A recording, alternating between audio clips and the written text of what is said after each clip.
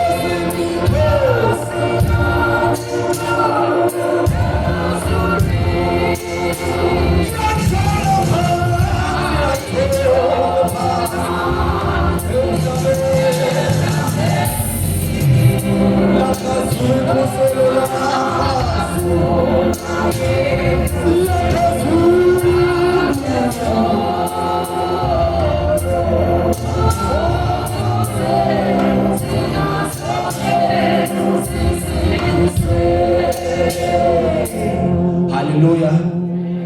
Ngokukhulu ukuzithoba egameni lika Jesu ngiyabingelela Your Grace Bishop baba wami ngiyabingelela kakhulu egameni lika Jesu amen. Ngiyabingelela Mama Bishop Your Grace Lady Bishop ngiyabingelela kakhulu egameni lika Jesu amen. Ngiyabonga kakhulu nangethuba engilitholayo. Ngiyathobela kakhulu egameni lika Jesu amen. Hallelujah.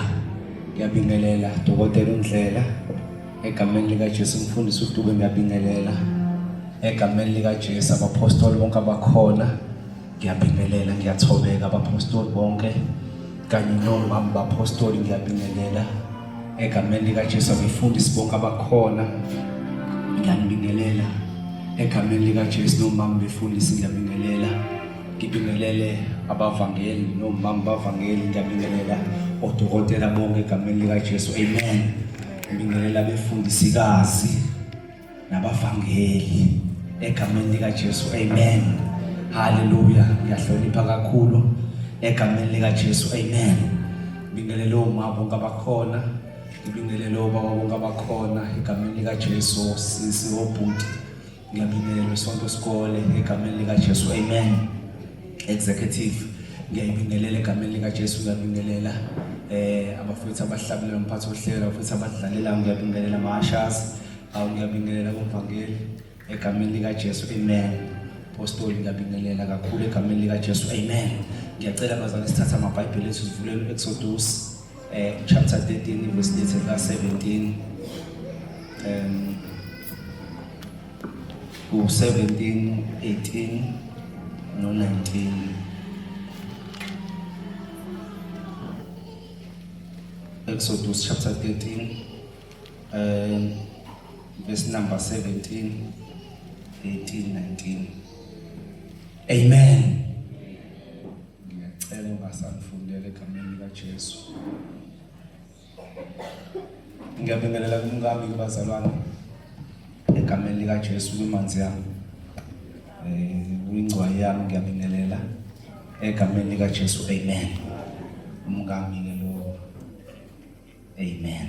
Hallelujah. Hallelujah amen. Ngafika ngiyinsizwa la ekhaya namhlanje ngubaba la ekhaya amen. Hallelujah. Ngicela uzongifundela nje bazalwane egameni lika Jesu. Wathi uFaro sebavumela abantu ukuba bahambe, uNkulunkulu akabaholanga ngendlela yasezweni lamaFilisti noma kwakuyiyona eseduze. uNkulunkulu wathi funa mhlawumbe abantu bazisole nxa bebona impi bebuyele eGibhithe. Ngekho uNkulunkulu wabagwegwisa abantu ngendlela yasehlane ngasolwandle olubomvu. Abantwana bakwa-Israyeli bakhuphuka ezweni laseGibhithe behlomile. uMose wathatha amathambo kaJosefa wahamba nawo ngokuba wayebafungisile nokubafungisa abakwa-Israyeli ethi impela uNkulunkulu uyakunihambela ngokunihambela likhuphule lapha amathambo ami kanye nani. Thandaza mfowethu. Siyabonga babizwi lakho. Baba wekhona amandla, haleluya. Hlezi phansi Nkosi silalele ukukhuluma kwakho. Baba wekhona amandla ukudabula ngalo umkhonzi wakho. Semi phambi kwethu wekhona amandla. Siyathandaza ukuba kunhliziyweni yakho njengalokhu injalo. Kasibonele nokuwodwa wekhona amandla onke. Omphathise bona noKristu Jesu Nkosi namandla. Amen. Funda futhi mfowethu. Ihloko. Ukuhamba kwabakwa-Israyeli ukuya elwandle olubomvu. Yebo. Wathi uFaro sebavumela abantu ukuba bahambe. uNkulunkulu akabaholanga ngendlela yasezweni lamaFilisti. Noma kwakuyiyona eseduze. Noma kwakuyiyona enjani? Eseduze. Noma kwakuyiyona bazana enjani? Eseduze ya. Ngokuba uNkulunkulu wathi, "Bona mhlawumbe abantu bazisole, ngabe boniphi babuyele eGibhithe." Abadini uNkulunkulu athi meyibuka abantu athi meyibuka uNkulunkulu abone ukuthi hayi hleze labantu bayisole babuyele eGibhithe. Ngakho uNkulunkulu wabagwegwisa abantu ngendlela yasehlane ngasolwandle olubomvu. Yebo. Bantwana bak'Israyeli bakhuphuka ezweni laseGibhithe behlomile. Nkosi izala ngaphambili mfethu iza ngala. Simshayele izandla abazali zafeni ngaphambili. Umfundisi waseGoli lo bazalwane uphethe isekhethi laseGoli. Simshayele izandla enkulu egameni lika Jesu. Hallelujah. Yebo, from verse number 17. Verse 17. Yebo. Wathi uFaro sebavumela abantu ukuba bahambe. Yebo. uNkulunkulu akabaholanga ngendlela yasezweni lamaFilisti noma kwakuyiyona eseduze. Ya. Ukuba uNkulunkulu wathi, "Funa mhlawumbe abantu bazisole, nxa bebonimpi babuyele eGibhithe." Hleza abantu bazisole uma beboniphi. Osho ukuthi imbabakazi bayibone. Uma bebona into abangayazi uNkulunkulu uyabona ukuthi labantu bengabona into abangakazi bayibone.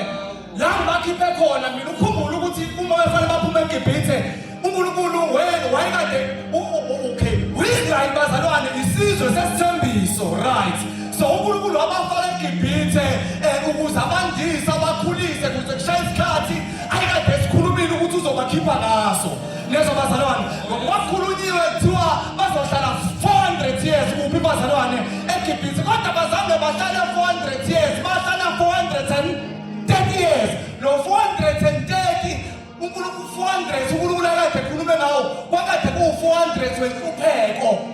Lo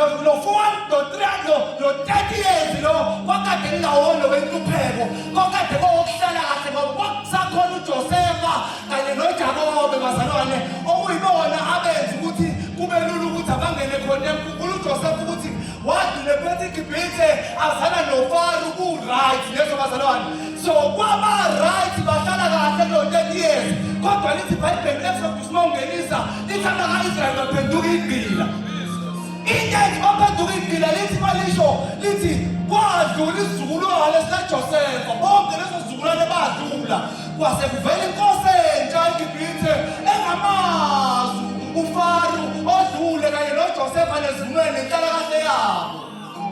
Bathi bayihlale nje ama-Israyeli bekhona eGibhithe kulo 30 years lo beyihlalele be-right.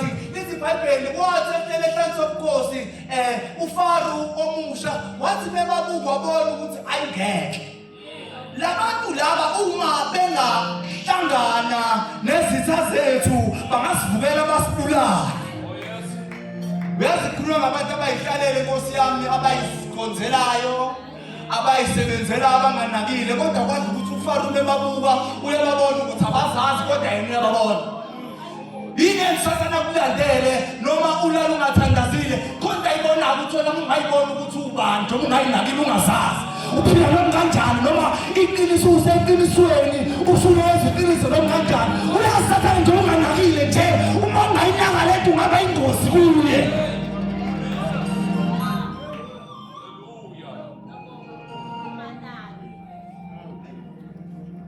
Lasatha noma unganakile kodwa uyayazi into kumele ngadonsa ukufika kanye ngawe khona into ezovela, khona into ozoba yiyona. Uyayazi into ongaba yiyona uma ungavuleka inkuwe. So uzokwenza sure ukuthi akungabi khona into evulekayo ngayo yonke indlela. Ukhona sontela kushiya iqiniso unganaki. Uzokwenza sure ukuthi ushunela iqiniso okukhulunywa, uzokuvulela ezinye izinto akuvezela izinto ngenye indlela ukuthi ungayiboni lento engafanele uyibone ngoba once wayibona uzoba umkhonto kuye.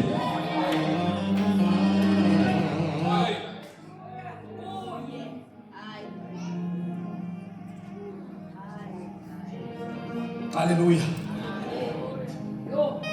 Lithi ke bahlala ke bazalwane waphela lo 30 years lo waseqala uNkulunkulu ade ekhulumile uAbraham. Right. Lithi ke bahlala ke eGibhithe bazalwane. Bahlukumezeka bangahlala kahle. Lithi ke ehlukumezekeni kwabo bakhala uNkulunkulu. Kwaze kwasha ulithi iBhayibheli uNkulunkulu wabezwa ukukhala kwabo. Wesevusa umuntu wavusa uMose.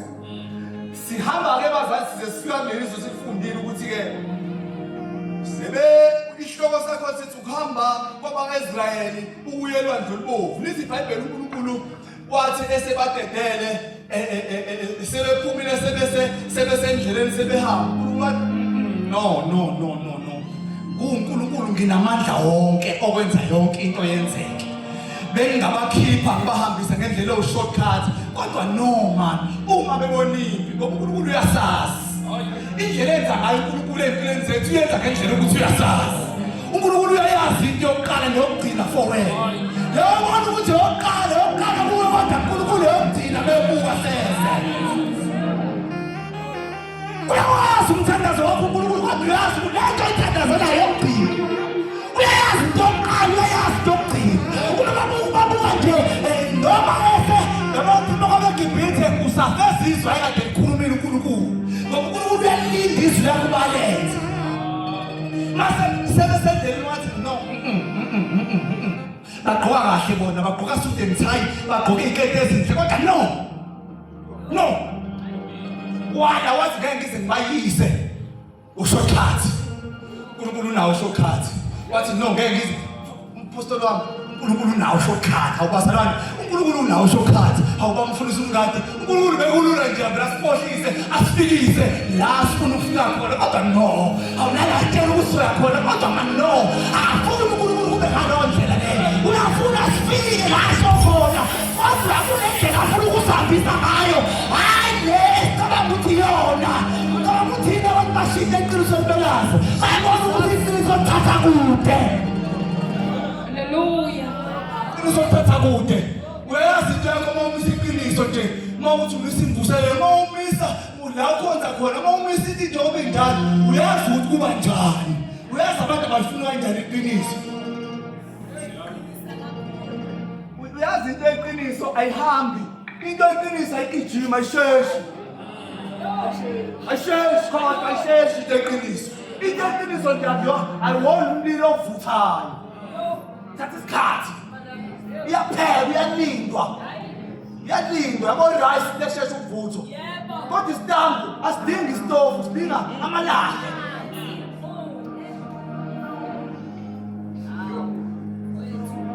Lithi ke bazalwane uNkulunkulu wayesebadedela labantu wayesethi mayibabuka wathi no ungabe bazalwane nawo umkhonto omfundeli bese landelayo la kepha uNkulunkulu wabagwegwisa ngendlela yasehlaneni naselwandle olubovu.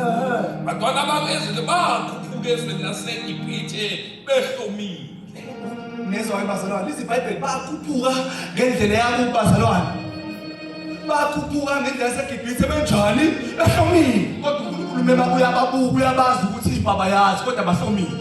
Uma buka wena ungazi ukuthi mabephuma ukuthi sasasikhulisiwe, sasanamandla isizwe, sasanekhala isizwe, sasahloma isizwe. Siyingofolo masibuka dimba siyazi. Sibuka njengempi kodwa ungazi uthemba ukuthi impila fasifa yaziwa. Indlela abaphume yona kwafanele baphume no-shortcut kodwa bona ukuthi uma bedlula ngendlela yamaFilisti ke baphasi. bahlomile kodwa lento abayiphethe abayazi. Ucabanga ukuthi yini eyaqaka uDavide esefikile eGoliath bathiwa awumfana wami uthwele ufuna ukuma okay thatha nazi impahla gqoka wagqokiswa wanikezwa ikhali wathi no man lento ke ngikwazi ukuya ngayo ngoba kuyiwa ngekhali empini. Lebo uNkulunkulu njobe buka nje uyabona nje bebabuka nje uNkulunkulu ebabuka uyabona your grace uthi ayikho into abashoda ngayo abashodi ngekhali ngoba nazo njobe babuka nje ukuthi babekade bengamazi uNkulunkulu. Umuntu wazi uNkulunkulu wasiphi ukwaziphi wazi uNkulunkulu awubaza lezinto ziyahambisana. Umuntu wazi yabo umuntu wazana noNkulunkulu nowazi uNkulunkulu umuntu waziphi. Hallelujah. uNkulunkulu efuna baziyena wena njoba uNkulunkulu esebetsheni kunjwabe ephuma nje baphuma vele baye eKhenani right uNkulunkulu ufeze izwi lakhe ngithi eKhenani langalona eKhenani ubisi aqhume ematsheni ama-grapes labo bethenjiswe ngawo aqhumi ey'mpandini noma kanjani kodwa ama-grapes ayatshala ubisi lola kade ekhulume ngalo khona abantu abakhona eKhenani ukuze uthothe i-territory yomunye umuntu befanele ube ready wena for lokho. So uyabona noma ngifuna uba iseKhenani uNkulunkulu ufuna ukuyisa eKhenani kodwa uyabona ukuthi awukho ready ukuthi ungakwazi ukuyithatha iKhenani noma kuthiwa iKhenani uyanikezwa uyatshela kuthiwa njengoba ukhula nje ukhulela iKhenani uzoya eKhenani kodwa eKhenani akhona abantu abakhona eKhenani akhona iy'nkora zakhona eKhenani nezinto zakhona eKhenani. So ube ready for iKhenani apostoli ngoba uma uyakhona njengoba nje kuthiwa khona ubisi kunabanikazi lolo bisi lolo njengoba kuthiwa khona ama-grapes ayabanikazi ama-grapes kunamaKhenani lapha. So uma ufika ufika usuredi.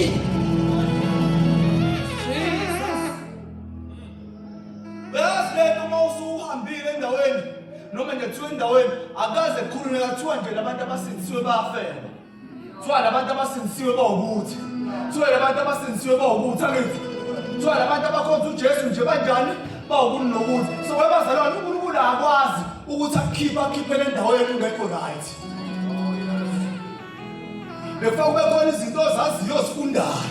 Nezo bazalwane before ube khona izinto ozi-understandayo odlula kuzona thina uzufike lapho ufike khona babeyokwazi ngani ukuthi uNkulunkulu uyakwazi ukuthi uma ufike emanzini ababayo awashintshe awenze kuthiwa kule ndawo usemara la kodwa ababomile bafuna amanzi bebeyokwazi ngani ukuthi lo Nkulunkulu lesihamba naye ukwazi ukushintsha amanzi ababayo wenze bemnandi.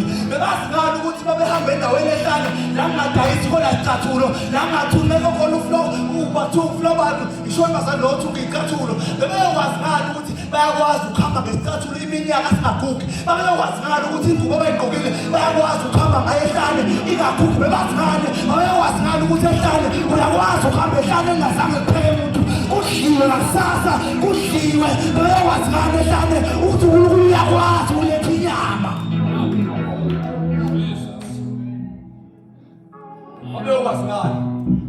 Babeyokwazi ngani ukuthi uNkulunkulu uyakwazi ukwenza izinto ehlane izinto ey'dinga kube khona imisi endaweni kodwa uNkulunkulu uyakwazi ukuzenza ingekho izinto zokusiza kodwa uNkulunkulu akwazi ukwenza. Bebazi ukuthi kuzudle befaka kube khona umuntu obasa umlilo afake amafutha abeke ibhodo ukuze kuvuthe ukudla kodwa uma sebesehlane bafunda ukuthi no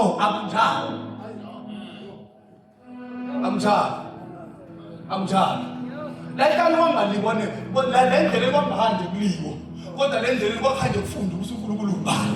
uNkulunkulu uyakwazi ukuthi aenze impahla oyigqokile ingagugi. noNkulunkulu lo uyakwazi ukuthi noma kulanjiwe awabantu basuthe. uNkulunkulu uyakwazi ukwenza abantu basuthe. uNkulunkulu unawo ushortcut bazalwane. Sonke siyawudinga ushortcut. Akekho umuntu ofuna ukustruglisha labazalwane. Akekho umuntu ofuna lokho ethandazile elokho ngo-21 days kuphela. Akekho umuntu olokho efuna ukungena amadrayi kuphela. Awubazathi siyasifuna izinto ukuyibona zenze kodwa ngokwenta kaNkulunkulu akunjalo.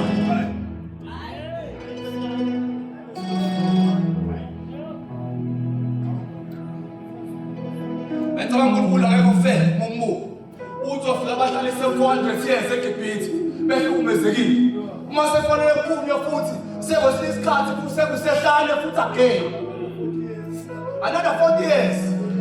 bese hlala uNkulunkulu uyalibazisa kodwa uyazi uNkulunkulu mase kufikisa lapha afikise khona ready nanoma ngabe kuthiwa yini eqhamukayo wena izofika ready ngoba njengoba utrainelwa la utrainelwa nalo uyakhona akomnandi manje kodwa kusasa kuyoba mnandi usendaweni ongabi khona mnandi ngoba ufundisiwe endaweni yesifundo engazali umuntu wa-shortcut into ya-shortcut iyashesha ukuphela into ya-shortcut njengomlilo wamaphepha iyavuthi kuyiphela into ya-shortcut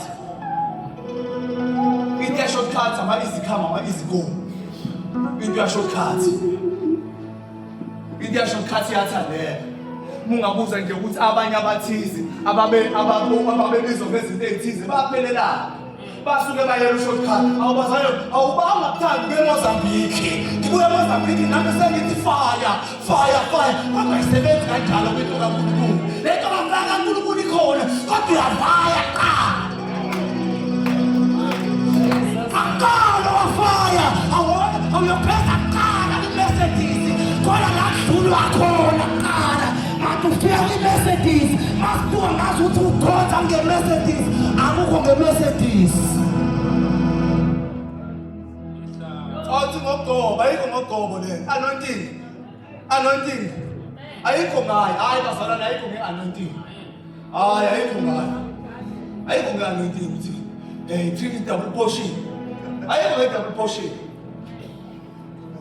ayikho ube benge-double portion ngabe kade sayithola ngabe siyidwa kwi-portion namhlanje kodwa hayi uNkulunkulu akekho la bazalwane uNkulunkulu khona la khona uNkulunkulu khobazalwane uNkulunkulu unenjongo ngawe uNkulunkulu unento emangalisayo impilo yakho uNkulunkulu unohlelo olumangalisayo impilo yakho lithi wathi ngemabuka wababona uNkulunkulu uyabuka futhi uNkulunkulu uyabona uNkulunkulu esimkhonza abazalwane uyabuka futhi uyabona ezinye zezinto odlula kuzona nosadlula kuzona odlule kuzona uNkulunkulu wayenzela ubuhle bakho nobuhle bakhe lithi labazalwane wayesebabona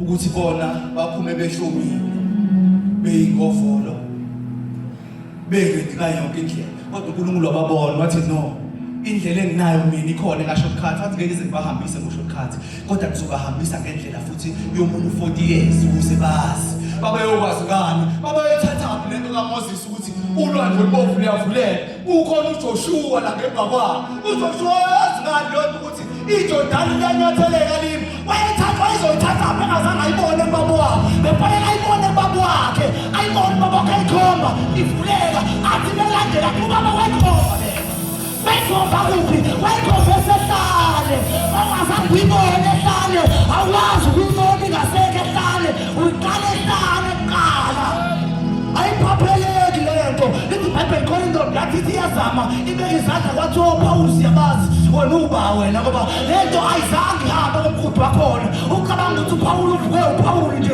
uvuke beka abantu izandla uvuke shumayela uvukaziwa uvuke khuluma ngaye uvuke uNkulunkulu ekhuluma ngaye kanti uPawulos akazange avula kuPawulos siyamazi uPawulos wena uba asibuki siyona kodwa siyakhiwa kuyakhalwa kuba khona ama-disappointments la kuyaphoxekwa la uyathemba la uthi usabambile ithemba uthi kuyenzeki kumele ngenzeki yabo la uNkulunkulu kube ngathi akekho kanti ukhona kona base bacabanga bathi ayazi mina sibhala ingoma athi noma engathula angishiki lutho ngoba babona ukuthi uyathula sometime hayi ngoba engathuli hayi ngoba engakwazi ukukhuluma kodwa akakhulumi yena nomnini ukhuluma ngesikhathi bathi yazina siqopeni ingoma kwethu uthi noma engathuli wathi omunye ngeke ngifuna ukubhala ingoma yami wathi ngizoyibhala wathi ufuna ekuseni hawu sebebalekile belele ebusuku ngoba nase kusobela isikhathi sokufika wathi ufuna ekuseni wasuke wabona ukuthi hayi uNkulunkulu akafiki ngesikhathi sakhe ufika ngesikhathi sakhe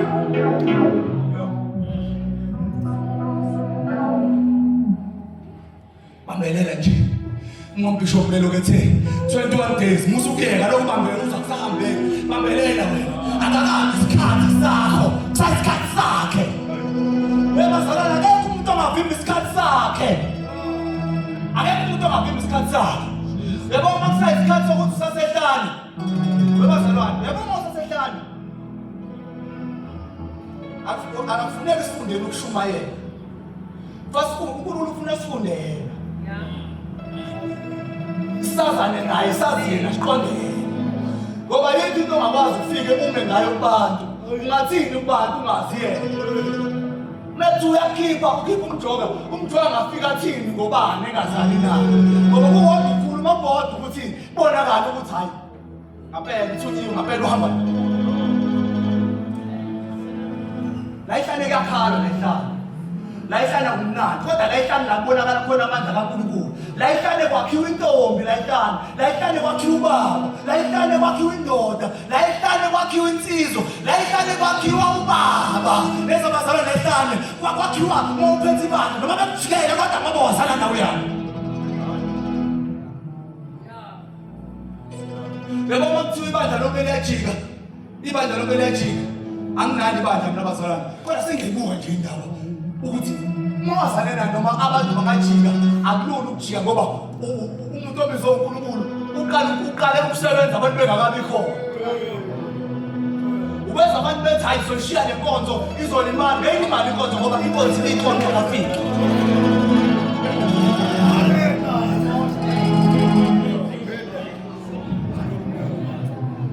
uMoses akaqala ngokuhamba nebandla ehlane waqala wahamba noNkulunkulu ehlane qala waqala wabasehlane uMose nebandla ehlane mase liwehlane vele uMose indawo kade sekahamba kuyo aqala ngokwalusa uIsrael kodwa uqale ngezimvu wafundisa ukuthi kuyini ukwalusa izimvu ukumusa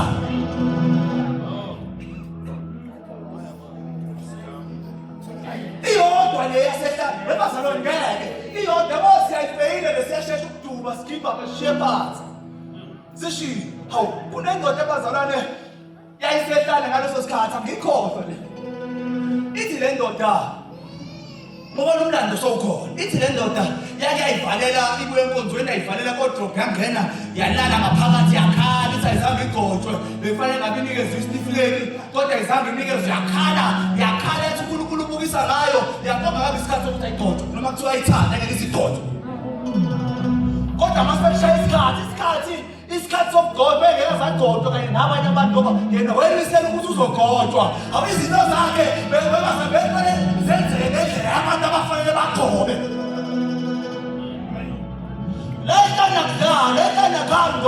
la ihlane ila ufunda khona ukuthi no akusibo bonke ukuthi uJesu akusibo bonke abashokile kodwa lo uma nje usho njalo ngibazalwane ilo wezintando kaNkulunkulu lenda yini abantu mase sehlane yabona ukuthi ayisebenzi ngomngamo umfundisi umdodo isebenza ngami le nto le akuyona nje yami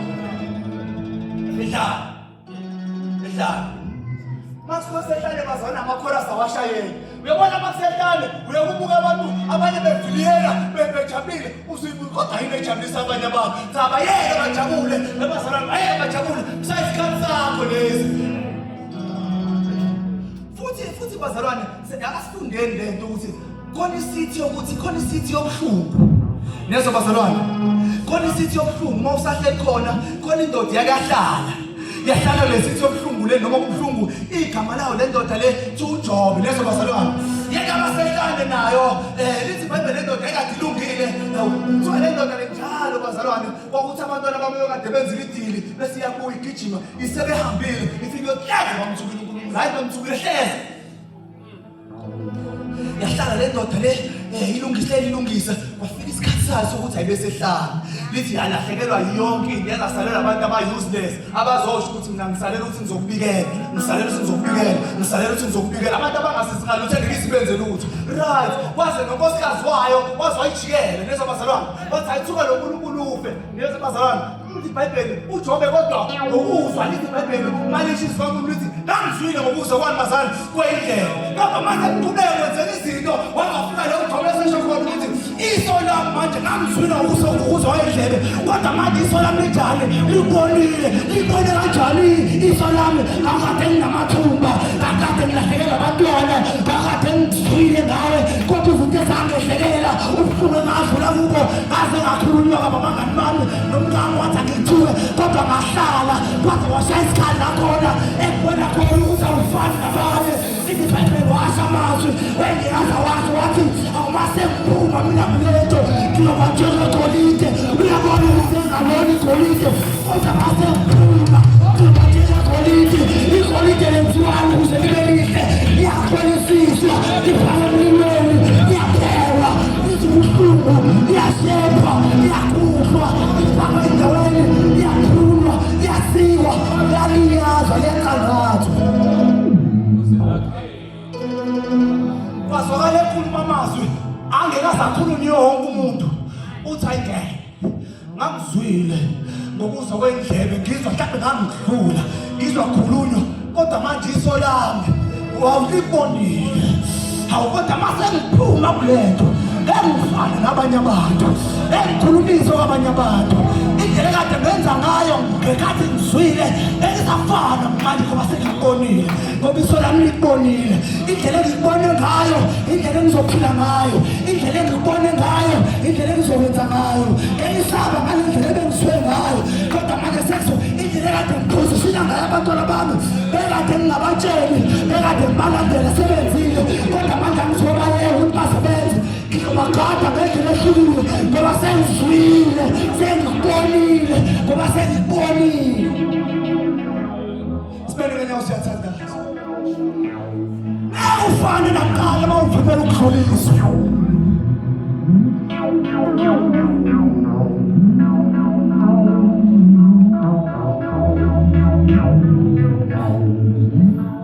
ngakusayidela manje lento odlula kuyona uNkulunkulu uyayazi lobuhlungu lobuthetho bakho wedwa udluliswe inkosi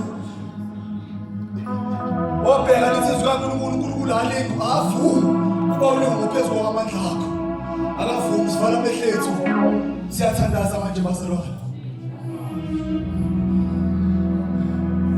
isikhathi namhlanje sokuthi imqamele emanzi inyembezi kuphela kufuneka ama-warriors manje uthi uJesu umuntu ongahambisani nami umelene nami ongakhi nami uyahlakaza akekho umuntu manje ofanele uma ungabi uyashawa uma unganqobi uyahlulwa awulithi iBhayibheli thina we are more than conquerors zonke izinto esidlula kuzo senziwa ukuba sibe more you are more we are more thank you Lord thank you Lord ay oh hallelujah oh hallelujah oh hallelujah yo omoya tibabeke tingabulawa ubulawa yakhiwa